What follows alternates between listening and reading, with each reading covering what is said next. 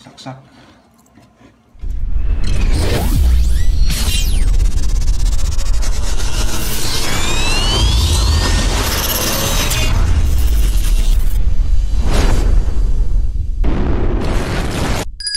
Ang gagawin natin ngayon ay induction type of power supply. So, apat ang gagawin natin. Una yung half wave rectifier, full wave center tap, pangatlo full wave bridge type, and then yung pang-apat full wave split type. So sa part 1 na ito, unahin muna natin yung half wave. So bago natin na-assemble, bago natin gawin, intindihin muna natin yung papyaw kasi marami naman na explanation na nito, so hindi na bago sa atin. So para dun sa mga nagsimula, kung ano ba ang meron dito, bakit ba sinasabi siyang half wave. So check muna natin yung block diagram para maintindihan natin. So ang block diagram, meron tayong pinaka main supply natin. So yun yung pinaka main supply natin. Meron tayong 220 volts. So alam naman natin na ang 220 volts natin ay merong sine wave yan. So ganito kalaki yan. Yan, kunyari yan. Ngayon, yung 220 volts masyadong mataas. So ibaba natin ang voltahe na yan. So gagawin natin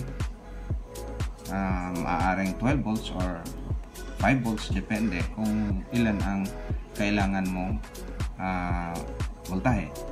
So para may baba natin, kailangan natin ng step down transformer. So step down transformer. So sa step down transformer, yan, transformer, ang trabaho nito walang iba kundi itong AC source na to na 220 volts, papaliitin lang niya. So let's say example to, itong step down natin ay meron tayong 12 volts. So yung malaking cycle na yan, magiging maliit na lang. So nagiging 12 volts na lang. So pagkatapos ng step down transformer natin, ang sunod na process natin ay ipapasok natin sa tinatawag natin na rectifier. So ano ba tong rectifier? So in short, another term ng rectifier is converter. Babaguhin niya. Anong baguhin niya? Ugali mo. Babaguhin niya tong 12 mo into pulsating DC. So pag sinabi natin pulsating DC, ito pulsating DC, ang output niyan pagpasok dito sa rectifier magiging ganito na siya. Yan. Magiging ganito na ang itsura niya. Yan. Tumitibok na DC. So yun yung gagawin natin sa half wave. Ngayon, pagkatapos ng rectifier, para magiging same purpose lang naman na ito, yung AC na yan, AC source na yan, gagawin natin DC. So ganun lang ang gagawin natin dito, pahapyawan natin. So haba-haba na yung hapuyaw ko. So ngayon, pagkatapos din sa rectifier, ipasok natin sa filter. So ang trabaho ng filter, simple lang, filter, baguhin naman niya itong pulsating DC na yan. Gagawin naman niya ngayon ito ng, ito ngayon, bigyan tayo ng pagkakataon na makakita tayo sa oscilloscope, 0, ito yung minus, sorry mali ako, minus, ito yung plus. So from the start, 0, dire-diretso na siya. So magiging pure DC na siya. So balikan ko lang galing sa AC, malaki, pinaliit gamit ang step down transformer, and then pagkatapos ng step down transformer, hindi pa rin nabago yan, AC pa rin yan, lumiit nga lang ang voltahe, and then afterwards na dumaan sa rectifier, nagiging pulsating DC na siya. So ito may mga umbok, kung tawagin niya mga umbok na yan, yun ay ripple. And then pagkatapos niyan, lulusot siya sa filter. So paglusot ng filter, which is yan ay magiging output na natin, magiging pure DC na siya. So pwede na siyang gamitin. Saan ba natin i-apply yan? Pwedeng gamitin yan natin bilang supply ng inyong mga nag-charge kayo. Cellphone charging, pwedeng gamitin natin yan. May paanda rin kayo ng mga gadget na nangangailangan ng DC source o direct current. Ngayon, paano naman siya sa pagdating sa schematic diagram? So, ito ngayon ang schematic diagram niya.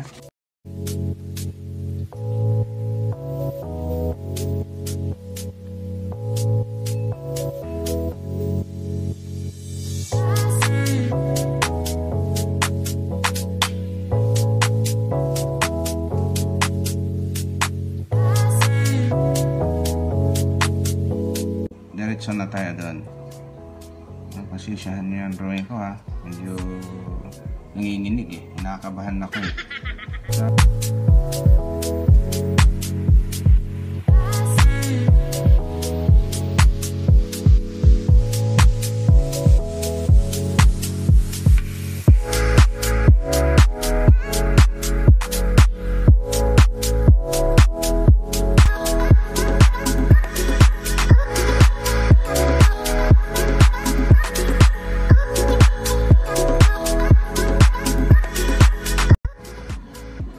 Hirap mag-drawing, hindi ako architect eh. Ngayon, ito na yung magiging positive mo, ito yung magiging negative. So, himay-himay natin. Ito ngayon yung D1, nag-isa lang naman, capacitor, R, load. Okay. Ang main purpose natin dito, simple lang. Napakadali lang. Yung AC source mo, gagawin mo DC. So, AC, gagawin mong DC. Dahil dyan sa mga component na yan. In short, kaya kung ibang tawag nito, ang power supply nito ay AC-DC converter. From AC, ginawang DC. So, paano nangyari na itong sine wave niya nagiging diretso na lang? So, yun yung aalamin natin. Bakit ganyan ang nangyari? So, pagpasok dito, so, pag nag-close ang switch natin, dadaan ang fuse. Alam naman natin ang fuse ay kung ano ang dadaan na current na kaya lang niya, sustain niya ngayon dyan. Pero kung sobra na ang current na dumaan sa kanya, puputok yan sa open yung contact niya. Ngayon, so alam naman natin ang trabaho ng transformer, ito ay step down, so mag-induce ng current sa secondary. So pag nag-induce ang current sa secondary, magkakaroon pa rin ng parehas nito. Ito pa rin yun. Kaya lang lumiit. So magkaroon siya ng cycle. Halimbawa, ito ngayon yung lumabas dyan. Tapos lagyan lang natin, baguhin lang natin kulay para hindi kayo malito. Ayan. So, kompleto ang cycle. So may positive, may negative. Ngayon, itong 12 na to, once na ang positive half cycle ay papasok dito sa taas, yan, positive. Ito namang sa baba, ito namang negative mo ay nasa baba. So, ibig sabihin na split, naghiwalay. Ngayon, ano ang mangyari? Pagka ganyan ang nangyari guys, o ka-difficulties, papasok ngayon, unahin natin yung taas, papasok ngayon ang positive half cycle sa taas. Ayun, papasok dyan. So, pagpasok dito, alam naman natin na ang polarity nito, ang polarity nitong diode na ito ngayon ay positive, and then sa kabila, ito naman ay negative. At ang sabi natin, para daw gumana at magiging perfect conductor ang diode, dapat ito ay forward. So, para magiging perfect conductor ang diode, dapat yan ay forward bias. So, ibig sabihin, pag forward bias, tama yung supply na ginawa mo, on position. So, ano ibig sabihin ng on position? Like a switch. Ang switch ay naka-close. Ngayon, pagka reverse bias, balik na rin natin ang position, balik na rin natin ang polarity, yan naman ay magiging reverse bias. So, ano ibig sabihin ng reverse bias? Off position. So, ibig sabihin, pag off position, ang switch niya ay naka-open. So, in short, on, off. Ayan. On, off lang siya. Ngayon, Kung pumasok ngayon ang positive half cycle, dito naman papasok ang negative half cycle. Dadaan sa load mo, pupunta dito. So ibig sabihin, ang polarity ngayon dito, ang pumasok dyan ngayon ay negative galing dito at positive naman na galing dito. So ang position ngayon ng diode na yan ay magiging forward. Magiging forward yan. So ibig sabihin, pag nagiging forward bias, tama yung polarity yung sinunod natin, positive, negative sa negative, on position yan. So ibig sabihin, pag on position, during at moment na ang diode ay nakaramdam ng 0.7 volts, yun yung silicon diode, silicon type diode natin, pag nakaramdam ng 0.7 yan, automatically mag-close or mag-short circuit siya. In short, magiging perfect conductor siya, like a switch. So ibig sabihin, pag like a switch, ito ngayon, itong half cycle na yan, makakatawid yan papunta dito, makakalusot yan dito. So ibig sabihin, lusot yan papunta dito. So ang lumusot ngayon dito ay positive half cycle. Ngayon, siyempre yung negative, hindi makakalusot doon kasi nandun siya eh. Mas matapa ngayon, in short, mas matapa ngayon pagdating dito yung positive compare kay negative, kasi si negative meron siyang pagitan, mataas ang R nito. So pag mataas ang R nito, kung nandito ngayon si negative, mas mataas, mas matapang siya rito compare doon sa taas. Ang hari naman doon si positive, ang hari sa baba si negative. So ang pagitan nila is the resistor. So ginagamit lang natin to as a load para makomplete yung cycle natin. Ngayon, magpalit ang situation. Ito namang sa taas ay nagiging, kasi cycle nga di ba? Palitan, di ba? Salitan, kaya nga alternating current. Ito naman ngayon dito ay mag-negative. Yan. Ito namang sa baba magiging positive. So ano ngayon ang nangyayari pag nagpalit ng situation, nagpalit ng polarity or cycle? So tingnan natin, itong negative pumasok dito sa positive side ng diode. So ibig sabihin, nagkabalik na hindi na tama ang polarity. Dapat dito ay positive. Yan, positive dapat dito, yan. Pinasukan mo ng negative. Hindi pwede 'yon. Positive sa negative, ano nangyari? Attract. So ibig sabihin, itong positive side a-attract yan sa negative. Pagdating naman dito sa kabilang side, ito ngayon ay nagiging positive, aakyat yan papunta doon. Ang kailangan niya ay negative para magiging forward. Ibaliktad naman ang pumasok. Ang nilagay mo doon ay positive. So ito ngayon ay magiging reverse. Magiging reverse yan siya ngayon. So pag reverse yan, ang mangyayari dito, walang makakalusot. Walang makakalusot. So in short, ito ngayon dito, wala. Bakante itong pagdating ng negative niya. Bakante ang ilalabas. So ibig sabihin, dahil bakante, off position siya ngayon. Palit ang cycle. Ito naman ngayon sa taas nag-positive uli, ito naman ay nag-negative. So anong nangyari? Positive sa positive, negative sa negative, forward position, nakaramdam ng 0.7 doon sa pagpasok, lusot na naman ngayon dito ang reaction ng positive half cycle. Palit ng situation, ito na naman ay walang makakalusot kasi reverse, and then ito naman ay forward, tapos reverse. So hanggang hanggang Cubao, kung saan, hanggat umaandar yan, tuloy-tuloy yan. So ngayon, ito ay tinatawag natin na ripple, ripple voltage. So in short, yung mga ripple na yan, yan yung tinatawag natin na pulsating DC. Pumipintig o tumitibok na DC. So bakit sinasabing DC? Kasi tandaan natin, pag ang DC, ito ngayon, kung bibigyan tayo ng pagkakataon na makakita ng oscilloscope, let's start 0, positive, negative. Pag ang cycle mo ay nasa taas, nandun sa taas, ibig sabihin naglalaro yan sa ibabaw ng 0 or 0 level papunta sa taas. Ang tawag niyan ay DC. Pulsating man yan or pure DC.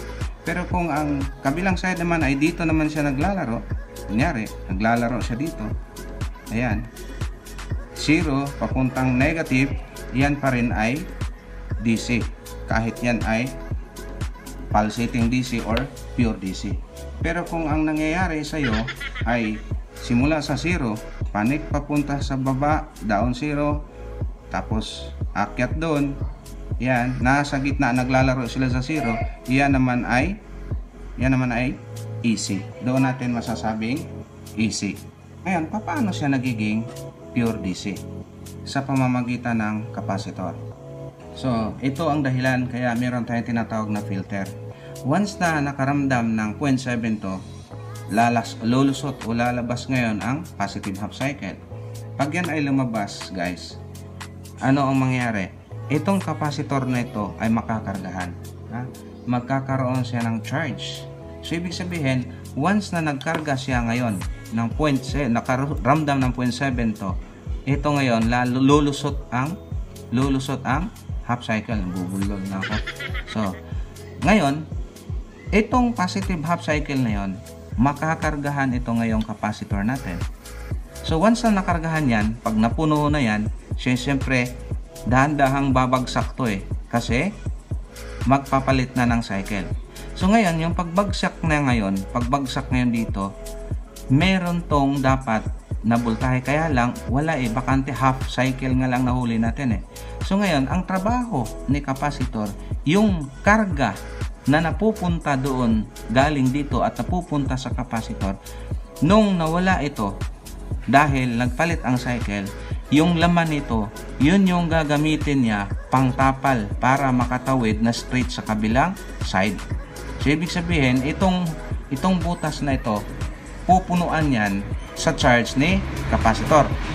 Pagka napunuan na yan, habang yan ay dahan-dahang madiskarga ang capacitor mo, meron na naman uli, nag-positive na naman uli, so makakargahan na naman uli si capacitor.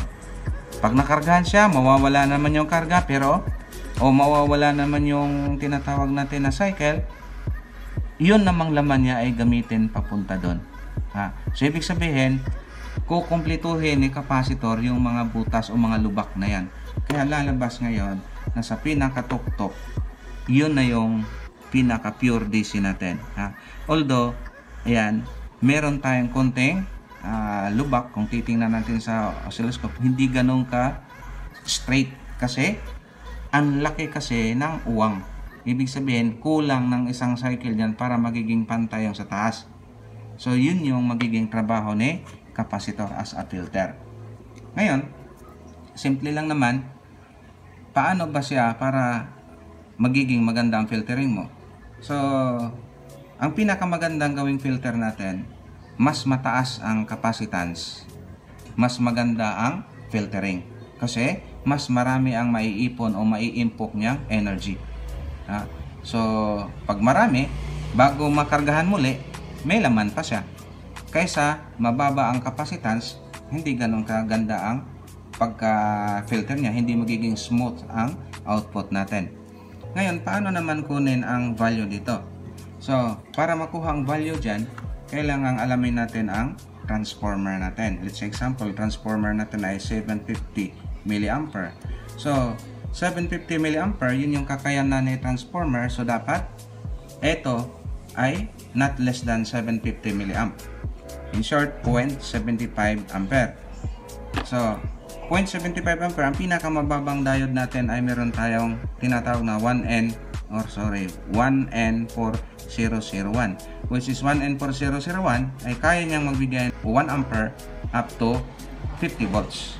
So, ibig sabihin, ang lumabas ngayon ay 12, 50 sa kanya, kayang-kaya pa ni diode.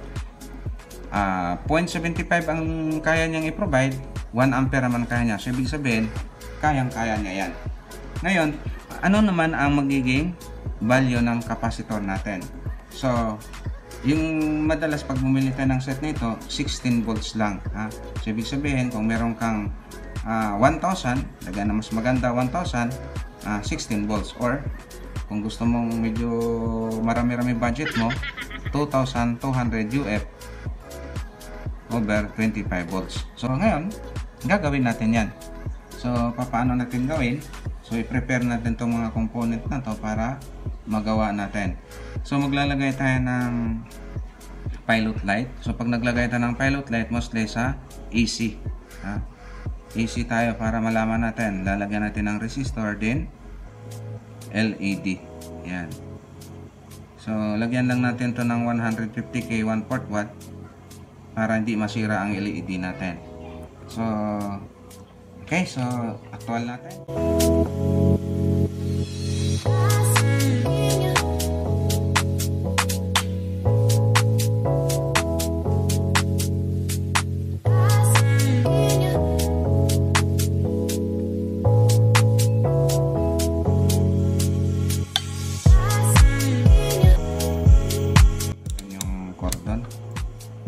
Continuity checking lang. Tingnan natin kung okay pa yung mga cordon na to. Saan to napulot eh.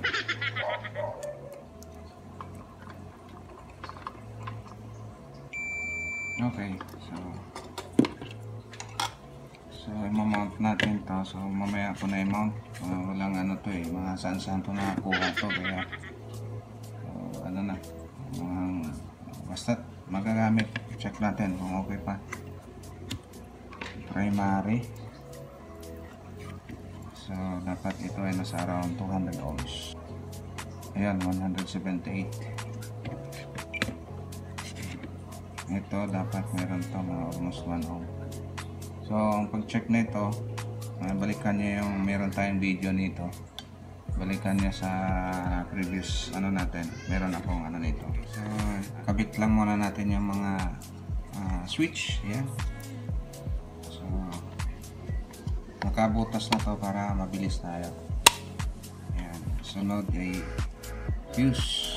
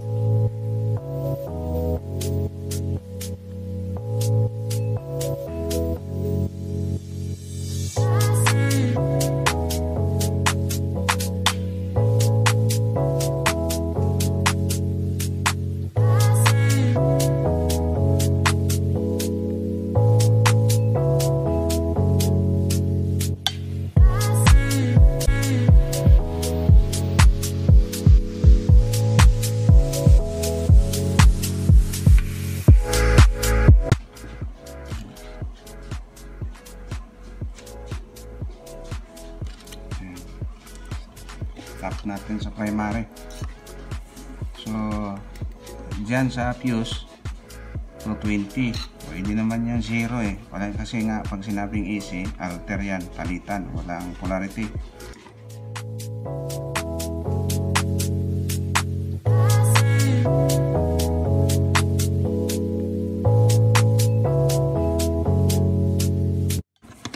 So yun yung primary natin. So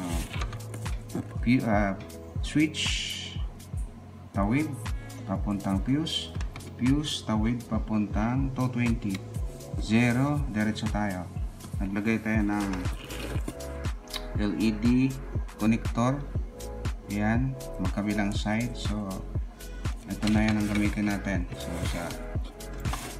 sa dulo, ito na yung gamitin natin na pang LED natin mamaya. So dapat yan ay naka-mount. So i-mount natin yan dyan.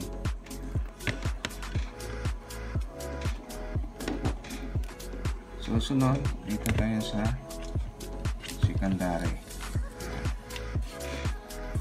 Ang secondary may diode. Ito. Gamitin natin yan ay 12 kasi yung sample yan. Yan, 12. Hindi natin sundin. Ito 9 lang yung given dito eh. Kaya 9 lang gamitin natin. Yung diode natin, positive side. So, mount natin dito. Linisin din natin yung both sides para puro kahoy ito. Hindi na ako bumili para may sample ako para may guide tayo ano gumawa.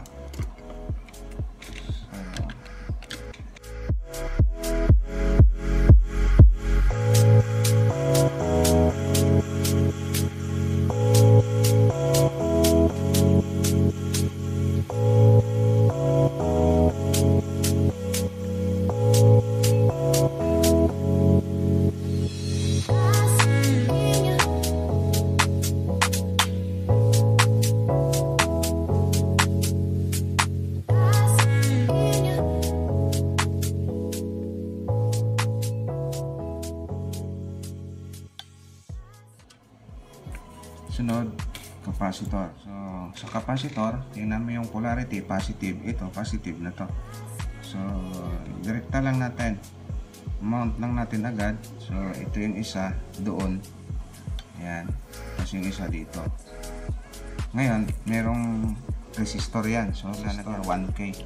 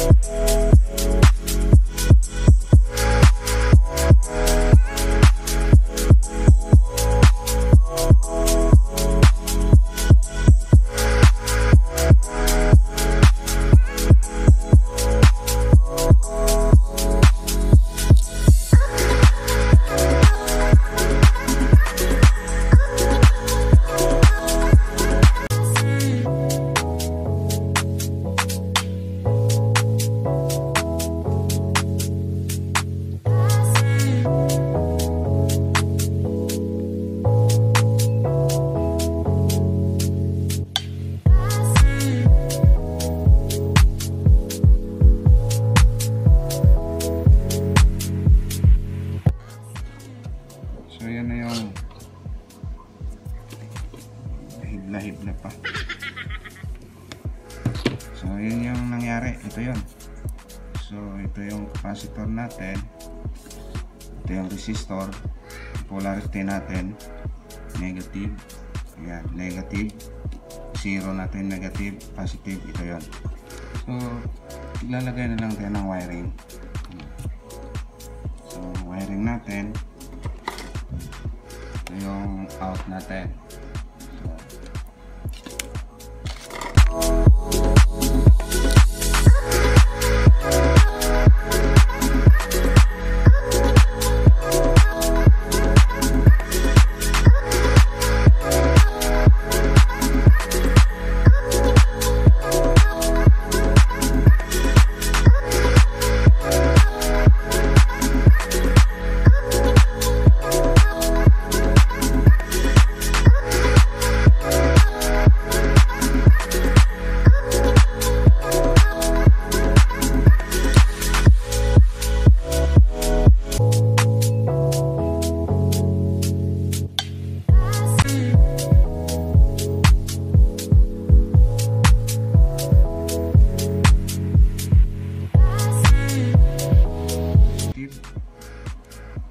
May capacitor, positive, red.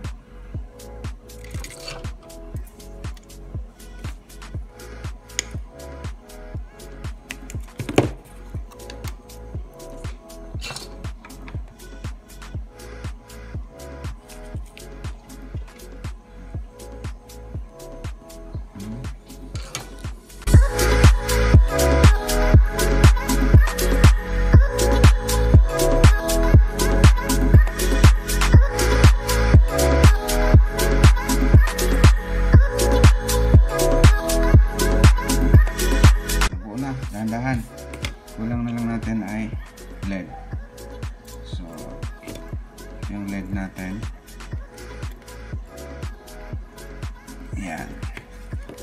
Positive, negative. Oh, so okay, magana pa. Magana pa yung LED natin. Pero walang polarity yan pagka ginamitan natin ng 220. So, ito yung pangpigil natin.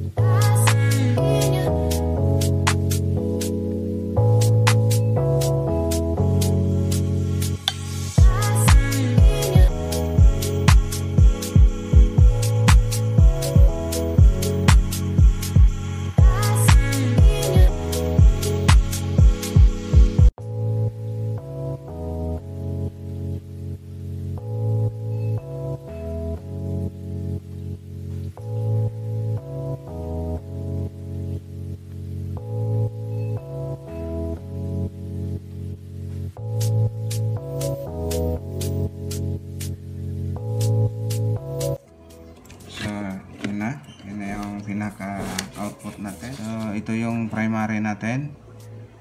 So, 0, tapos daan ng switch, papuntang fuse, back to 220.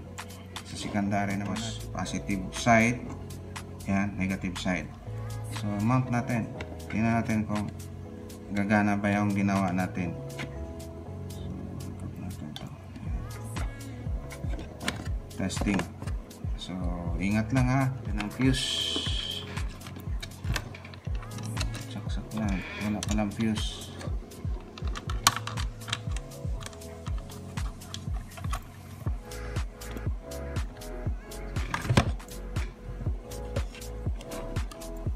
Check natin kung wala bang short set. Oh, patay na pala to. Tulog na. Okay, capacitor lang yan. Okay, wala. Primary. Natin kung wala bang short circuit, dapat may reading to 180 or 200 ohms. Ayan, okay. So, saksak. Check natin kung gana ba siya.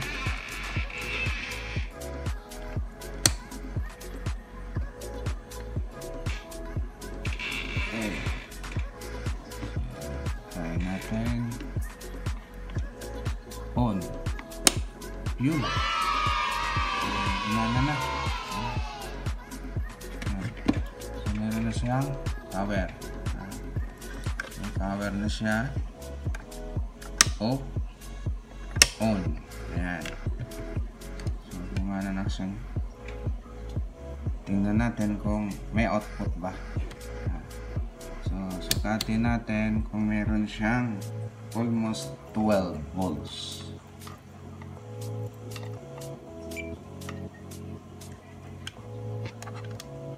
Yun. So, meron siyang supply. So, gumana siya ngayon. 12 volts. So, yun yung ganun lang. Kadali ang gawa ng half-wave rectifier. So, check natin yan. Ito ngayon yun. Positive. Yan, 12 volts.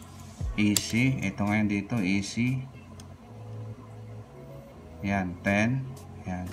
Ito ngayon yung primary natin. Yan, 251 volts. Napakalikot mo. Madumi. Yan, 251 volts. So, okay na. So, ganun lang pag assemble ng half-wave rectifier. So, maraming salamat sa panonood. Sana ito ay may matutunan kayo.